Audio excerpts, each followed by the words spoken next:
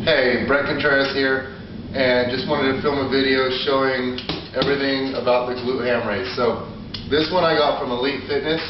I've had it for probably around, say, 5 years or so.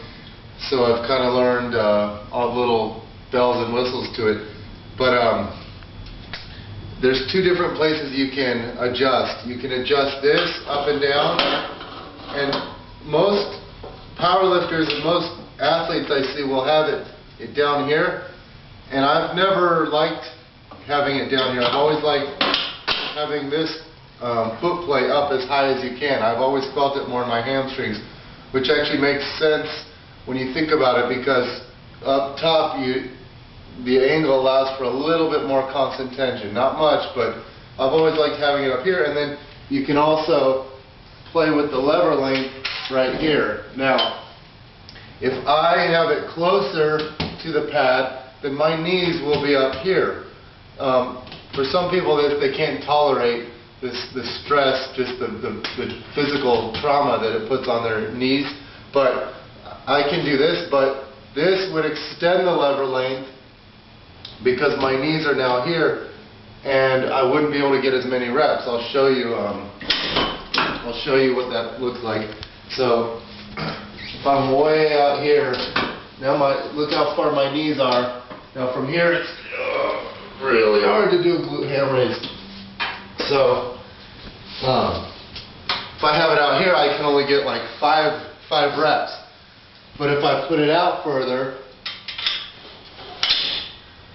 at hole 5, that last one was at hole 3, this one's at hole 5, now my knees stay about here, so I've got some of my thighs touching, which decreases the lever arm length, and it also lets my knees sink down a little bit, and so now I can get more reps this way. So from here, a lot easier. I can get around between 12 and 20 reps that way. So once you get really good at the glute ham raise, you want to make it harder, because these I can bust out, depending on where it is in my workout, I can bust out a lot of reps. So I'm going to show you 4 different ways how to make it harder. The first way is to just toy around with your arm placement.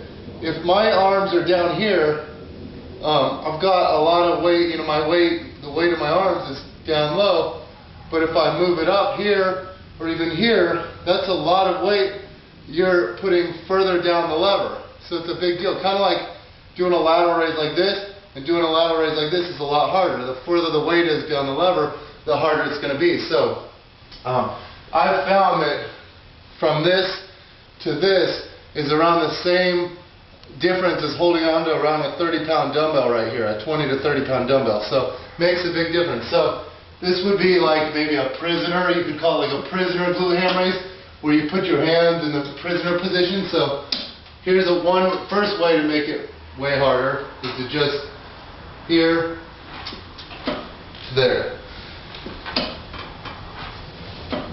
Okay. Next way is to hold on to a dumbbell, which I just do right here. Here's a 20-pounder, and I keep it right beneath my chin.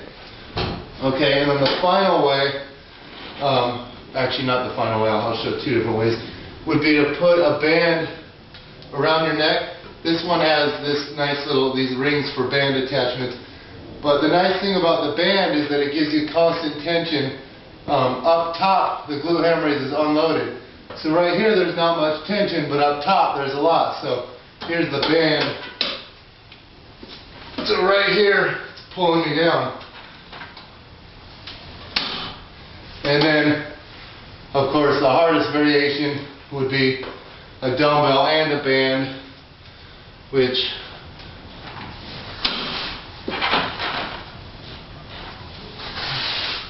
that's really hard. Okay, and then finally,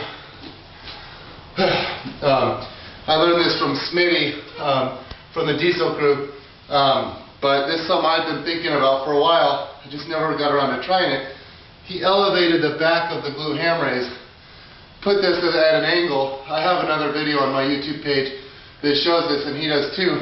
But if you put this back the backside up onto a bench or something, so I elevated around an angle like this.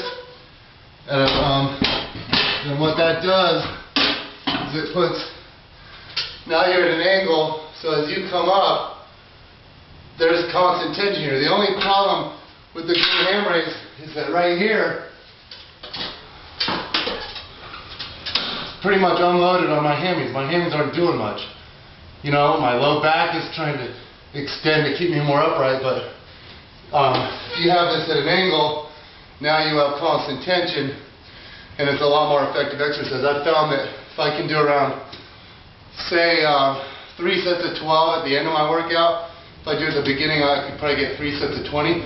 But say I do 3 sets of 12 at the end of my workout, if I were to do the constant tension glute ham raise at an angle, I can only get around 3 sets of 6.